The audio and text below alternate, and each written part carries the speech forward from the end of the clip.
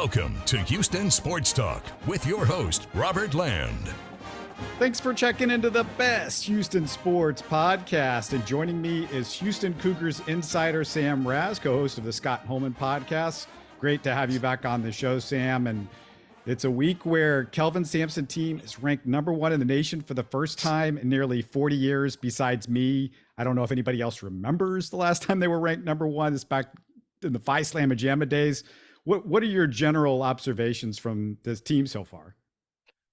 I think so far we've seen this team really live up to a lot of the preseason hype. Obviously, you can only tell so much through 7 games. You can only tell so much when those 7 games really featured 6 teams that you should have won by varying degrees of comfortable margin against. Even the 7th team there in their Oregon, I wouldn't say is a team that would be a sure-on lock to be in the NCAA postseason or anything like that, though I think the Cougars did show themselves to be a feisty team going up to Eugene and playing in a true road setting, a good environment there for the first time on the season. But I would say the way this team has played against the competition so far, the margins of victory that U of H has held nearly every opponent they've seen so far to historic lows for points, to just really great offensive outputs, that you've seen a team that I think is deeper than any Kelvin Sampson team that's been here so far, which is quite a statement because Kelvin Sampson's had quite a number of very good teams here in the last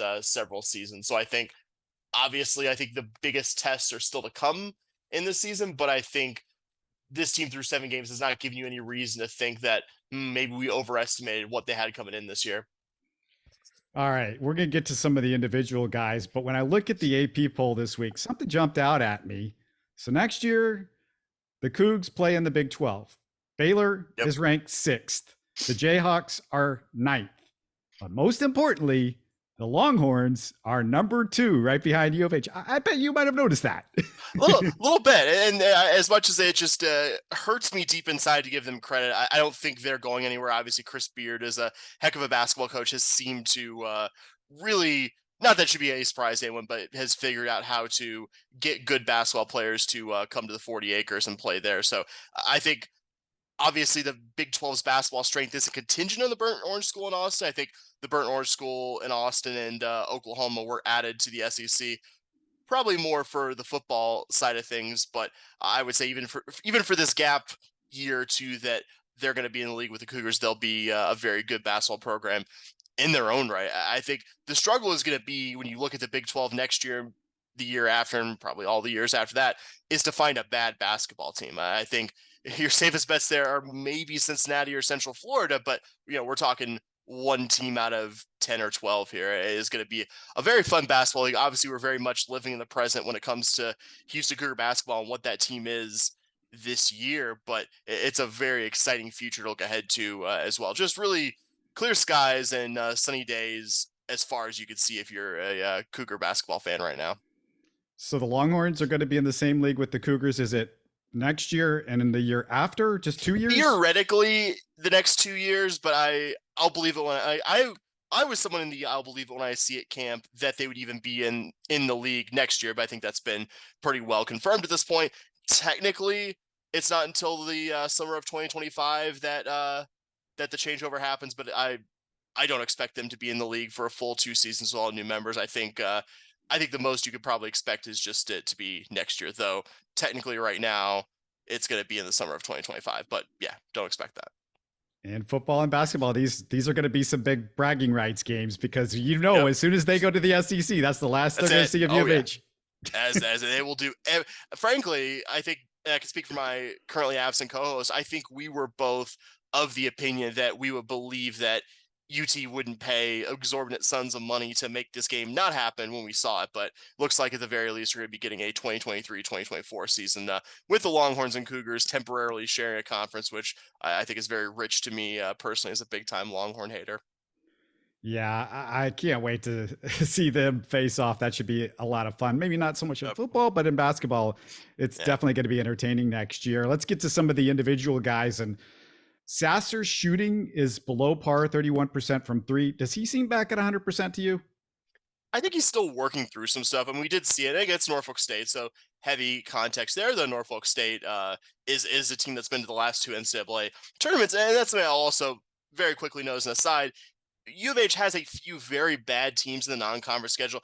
You haven't seen U of H face a very bad team yet, but he does look like a guy who missed a decent chunk of last year. But I would also say the Cougars, on the whole, have actually kind of struggled shooting from deep, that this team has won games and looked dominant at times while really only shooting the ball well from deep against Norfolk State this week. And I would say Oregon up in Eugene. That was really how the Cougars in that one were able to counter the fact that the Ducks just had them absolutely killed on the inside there. So he looks like a guy that's still kind of working off the rust of missing the majority of the last season. But I would say he's also a guy that looks more capable of scoring in different ways than he ever has before in his career. You saw flashes of it last year. I think that's why I thought his ceiling last year, if he'd stayed fully healthy, was as an All-American. But I think you're seeing even more this year. He's more willing to get to the basket. He's more willing to score. He's not just a guy who's a bomber from deep, kind of how he started in his career. And he's a very good three-point shooter, a guy with a good stroke, a guy with a good repeatable motion. But I think the exciting thing is that he hasn't shot it particularly well from deep, and yet he's still found a way to be a productive scorer because he could do so much more now than he could 2-3 years ago. Yeah, you talk about them struggling in general.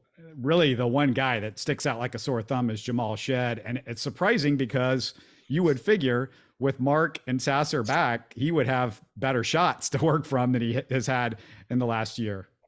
Yeah, though I would say also more so maybe than last spring, teams now have a full season of film on Jamal Shead. You know, he was someone even before Sasser got hurt last year was playing a much bigger role than his freshman season, but I don't think anyone expected him going into last season to play as big of a role as he did, and frankly had no choice but to play that role from the end of December through the NCAA tournament. So I think that's part of it too, that people have a lot more film, a lot more scouting, a lot more of a chance to see what Jamal Shead could do and react accordingly. Though I think we've gradually started to see him maybe come out of that beginning of the season shooting funk. And frankly also, though, as much as I think it would just make this team that much more unstoppable if Jamal Shead was hitting his shots a little more frequently, he does so much that it's almost like whatever offense you get from him is a bonus. Not too dissimilarly to Galen Robinson, a great player from the recent Cougar past. So I would say Jamal Shead's offensive ceiling is a good bit higher, especially as a three-point shooter than Galen's was. He is a guy who, even if he's having a 1-for-7 night, he's still probably playing plus defense on your opponent's best guard. He's still finding Shead, Sasser, and a surprising number of really effective big men in the offense. So it feels more like a nice bonus when he does have a good night calling his own number, because he's doing so much for you as a defender and distributor and floor general, kind of the tip of the spear defensively for you as well.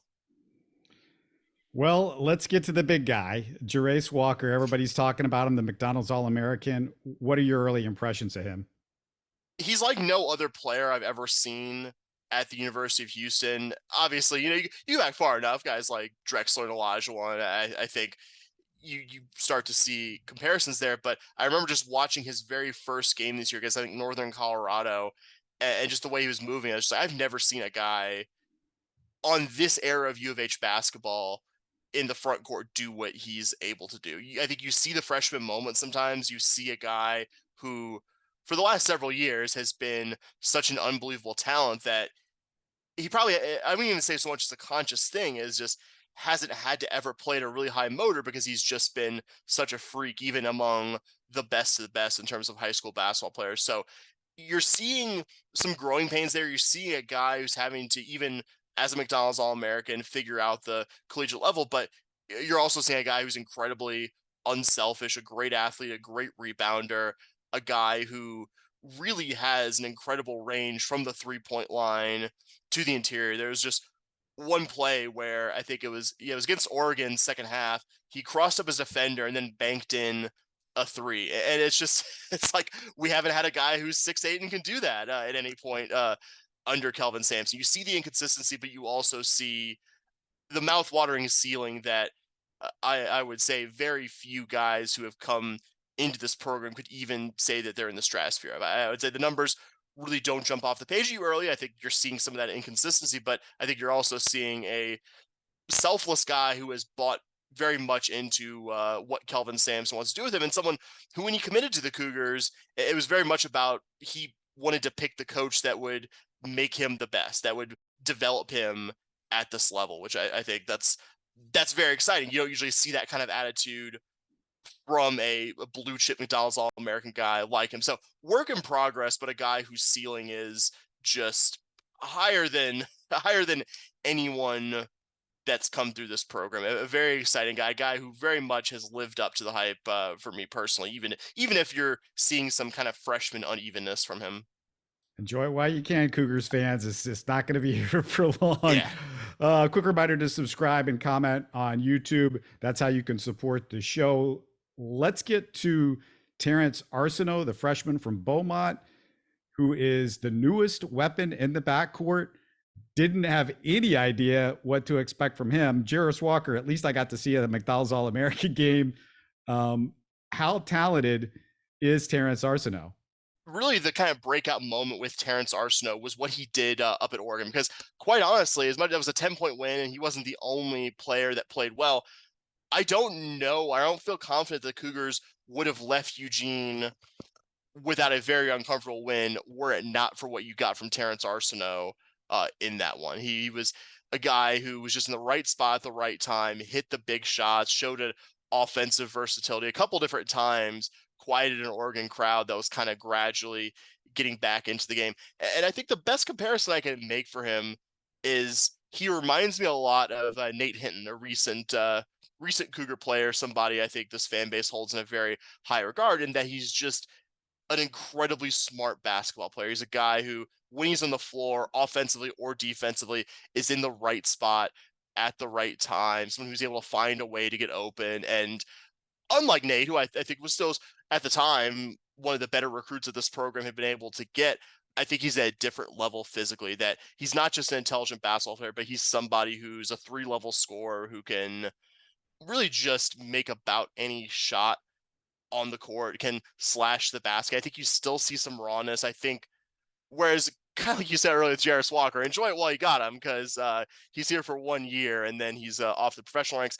I could see maybe getting a second year out of Arceneaux. I could see Arceneaux maybe potentially coming back for that first Big 12 season and leading the team next year with guys like Jamal Shed, potentially Emmanuel Sharp as well. So I think he's maybe a bit less of an absolute physical freak as Jarace Walker, which is, I guess, very few basketball players out there, the kind of physical freak that Jarace Walker is, but an incredibly intelligent basketball player. And I think when it's all said and done, I don't think there's going to be very much difference between where those two guys get drafted. I think it just might take another year for Terrance Arceneaux to get there.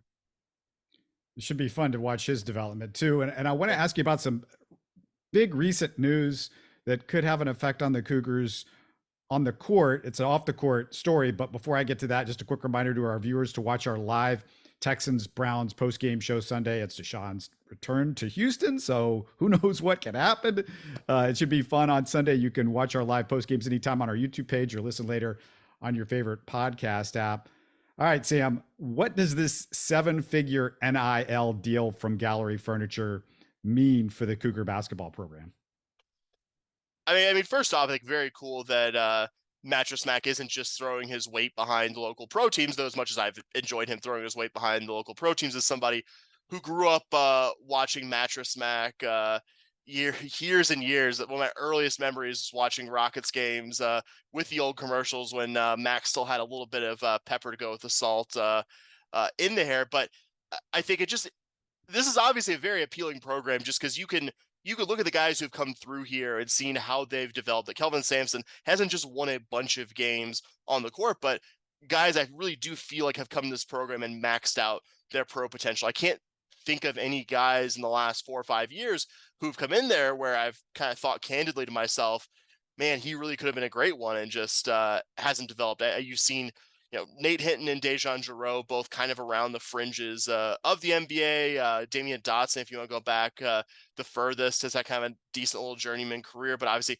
Quentin Grimes going from a pretty disappointing freshman season at Kansas to a first-round pick and a strong rotation guy for the New York Knicks. So you already had the on-court results, you already had the development, and now to see U of H being competitive, because I mean, you saw it with God. I hate bringing them up twice, but the Burnt Orange School in Austin was able to snag a really critical player from a conference rival, Tyrese Hunter, who was a great player at Iowa State last year, went to the Longhorns. And I think no matter what he says publicly, NIL considerations and the chance to play for Chris Beard were a big part of that. And U of H can kind of do something similar now that you have this big NIL deal with Mattress Mac, in addition to everything else Landon Gosling and Lincoln Coogs and all the other people in the U of H NIL space are doing, that you can get all the NIL benefits, be set up for a good pro career, to coach who has proven here that he could put guys in the best position to play the next level and get the NIL benefits. It's just checking all the boxes and makes a program that I think was already a pretty attractive one for, your prospective high school players, transfers, etc. I think made it just even more attractive, if at all possible. And yeah, really, really incredible stuff that Max wanted to throw his weight behind the local basketball team like that. All right. I guess I got to go to the other sport, and notice that I buried. I appreciate you giving me like 18-ish minutes of basketball talk. I really do. So I buried my football questions until later in the show, like you should with the Cougars. Is there any way to explain what happened this year? I can't believe they were top 25 just 3 months ago. We're about to do we talked about it for the usual 25, 30 minutes on this most recent podcast, and we're actually going to do a full deep dive, Dustin and I, on the season, because we realized that there was no way to fully, I guess, unpack the season without giving it its own space. But I would say the most simple answer, the answer that fits into the time that you and I have here, is that I think you got a lot worse on defense than expected. I think some backsliding was to be expected. You lost 2 NFL cornerbacks. You lost a really good pass rusher in Derek Parrish early in the season, in addition to Logan Hall, an early second-round pick of the Bucs. Some regression there. I figured we were going from being a top 25, 30-ish defense to a top 65, 70-ish, but I figured there'd be, a commensurate offensive improvement to offset that. And there was a commensurate offensive improvement, but you didn't go from being a good defense to an average defense. You went from being a good defense to one of the 15, 20 worst in the country. And so a little bit of that's out of your control. The guys you lost to graduation, some injuries in there, but there weren't so many injuries that you could say, oh, well, they lost key guys at every single level. Dustin and I were talking about it, that you just got carved up last Saturday by Tulsa in a redshirt freshman quarterback, and 4 of your 5-ish secondary guys were guys who walked on senior day. So as much as I don't want to give Dana Holgerson credit for too much, I do believe those were probably 4 or 5 of your best players in the secondary, which begs the question, what's behind him? What's going to happen now that you don't have these guys that comprise maybe one of the 10, 15 worst pass defenses in college football? And I would say the offense improved on the whole, but it was too inconsistent at the start of the year. You didn't start seeing what this offense could really be with Clayton Tune, with Tank Dell and all those guys until about 5-6 games into the season. And by then your defense was really starting to fall off a cliff. Frustrating, because that week 2 game against Texas Tech, you actually got one of your better defensive efforts of the season. You held Texas Tech to 20 points in regulation of that one, but just couldn't get more than a pretty below average offensive effort. And then in that one failed pretty spectacularly in some key defensive moments as well. So I think the shortest answer is the offense improving, but not enough into the season to make up for the fact that you fell off a cliff defensively. I think way worse than could be reasonably expected. I mean, you guys were talking about the defensive coordinator walking to take a head coaching job not that long ago. And does he have, he was getting features on ESPN.com. Yeah. Does he get any culpability in all this? I mean, I think he should, but at the same time, I don't believe he stopped. I don't believe he forgot how to coach ball in an offseason. I don't believe, and I think for these things, the coach too often gets too much credit when it goes well and too often gets too much blame when it goes badly. But when you're $1 million coordinator, I think you should be a whole lot better than, I think the last SP plus thing I saw was the defense was somewhere around 110, 115 with as many returning guys from a year ago, guys who I think now it's very important to note were recruited by the staff, were recruited largely by this defensive coordinator, Doug Belk, who's taken a big role in the recruiting on that side of the ball. So you can no longer blame the previous staff that did do a bad job recruiting. This is now 4 years in, all your guys, and whatever the reason, you had one of the worst defenses in the country. And I think there should be culpability, but I also think if there was going to be a coordinator change, I think there's enough professional respect that they would have done that immediately and allowed Doug Belk or whatever assistants. Although we're still early, it's still only Wednesday after the regular season, so maybe we'll record this and then tomorrow a bunch of big news will break and everything I'm saying ends up being dated. But I feel like if there was going to be a change there, it would have happened by now. And I don't know. Like one of the questions we posed was how do you fix the secondary where you graduated nearly all the guys from there? And oh, by the way, it was terrible when all these guys that were about to graduate were there. Do you go in the portal for 3 or 4 positions? Maybe. I mean, there's a lot of guys there. It's never been more trendy to add through transfers. And the 2 great corners that I mentioned earlier, Marcus Jones and Demarion Williams, were a D1 transfer and a junior college transfer respectively. So maybe you do that, but I don't know. It's a hard sell for me, but I do think right now on December 1st, it's hard to see a change getting made there. I think if it would have happened, it would have happened already. All right. You lead me right into the next question, because can you weigh maybe the benefit of moving to the Big 12 next year on recruiting against how this season has gone and how that might affect recruiting next year? Because with the portal and everything going on right now in college football, like season to season, you have a bad season and all of a sudden it's the rats jumping the ship. Yeah, and I will say, for all my criticism, and I have lots of them, I think the season was a pretty bad failing across the board by the coaches, by the players, by the team at large. I don't think this group of guys has quit on this coach. I don't think this group of guys hates this coach. Everything I saw after this game was guys being disappointed, but I really do think this team loves Dana, and maybe that's part of the problem. Maybe there isn't a healthy fear. Maybe there aren't guys really looking over their shoulder in terms of competition, in terms of being worried about getting their spot taken. I don't know.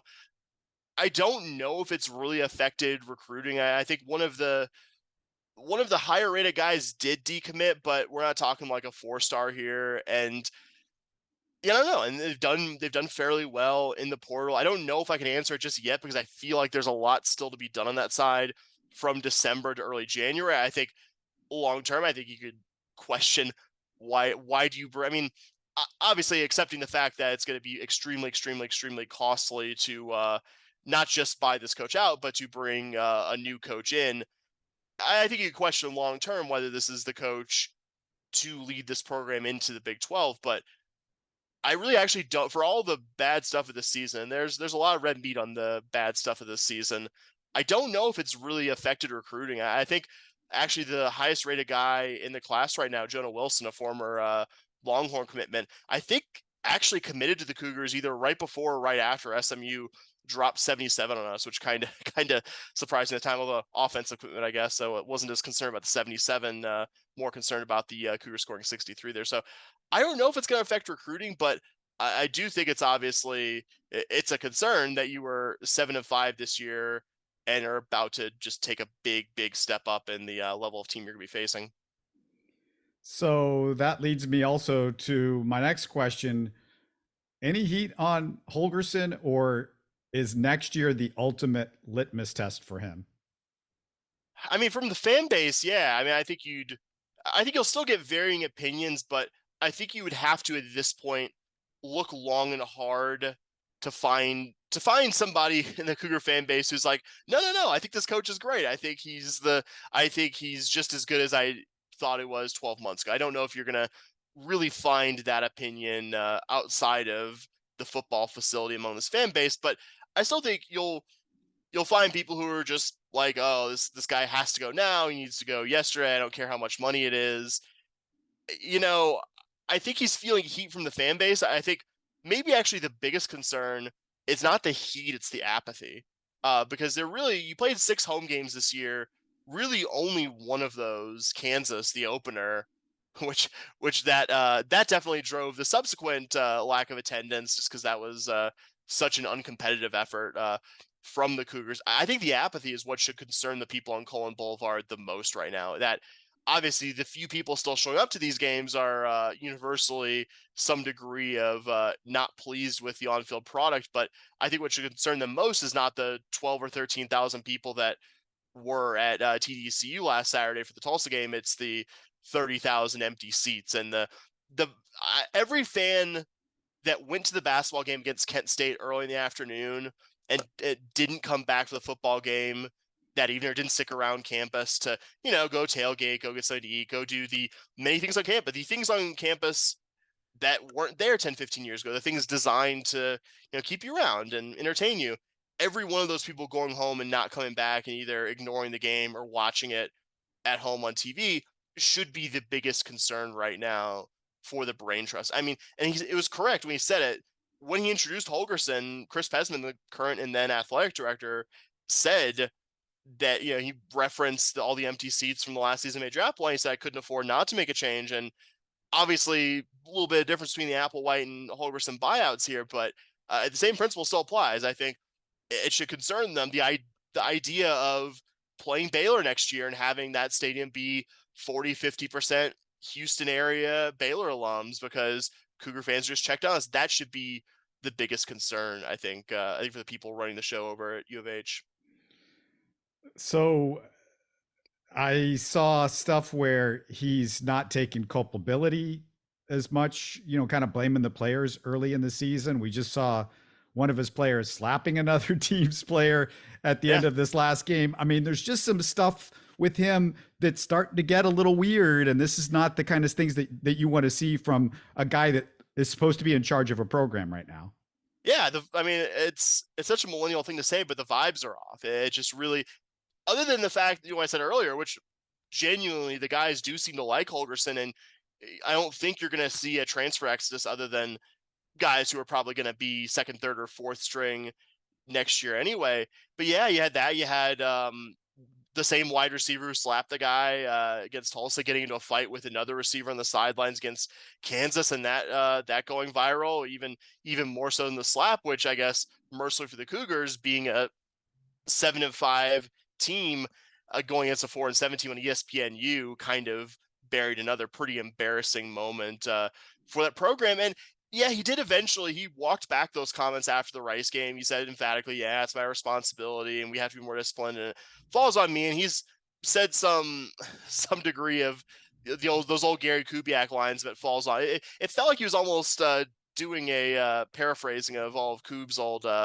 falls on me, I'm the coach. And clearly somebody coached him mid-season on that. But yeah, I would agree with you. It just doesn't, the vibes feel off. It doesn't feel like a program that's really connected with the fan base. It's a bad comparison because I don't think the standard on Holgerson is to be the number one team in the country like men's basketball is right now. But I think notably you don't see that when you go to the Fertitta Center. Even when the team wasn't number one, even when this was just, a good NCAA tournament, top 25 caliber team, you never saw that kind of disconnect between the coach and players. You never saw that kind of disconnect between the fans. I think just kind of a hostile feeling right now between those of us that are still engaged with Cougar football and the people actually playing and coaching on the field there.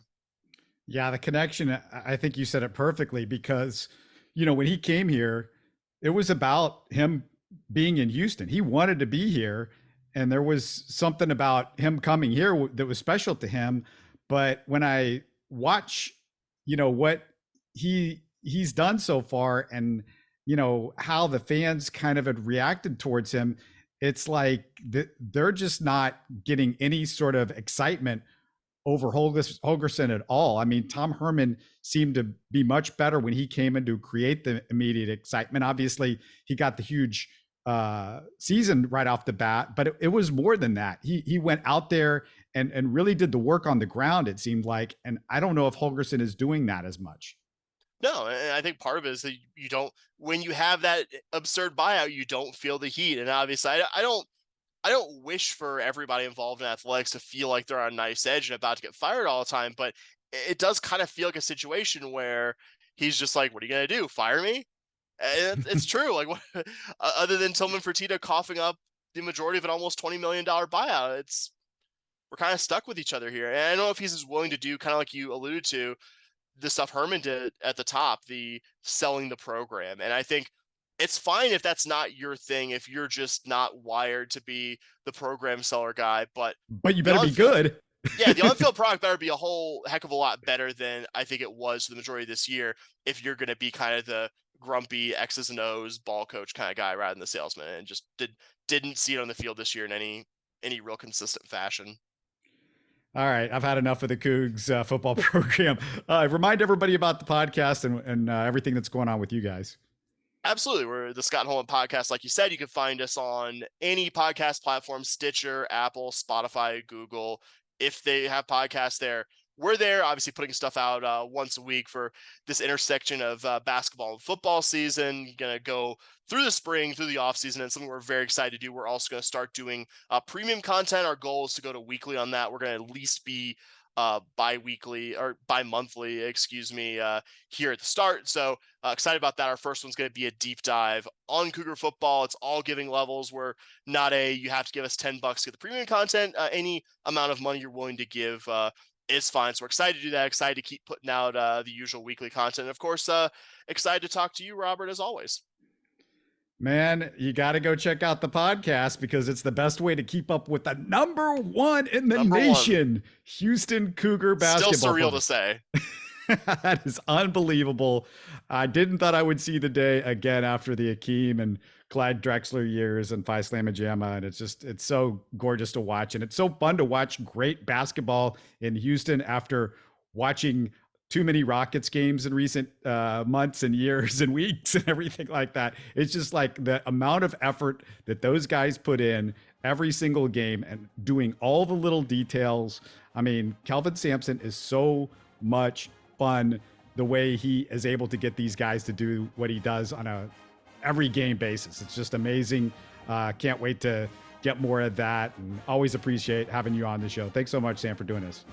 As always, Robert, great to talk to you. You're listening to Houston Sports Talk.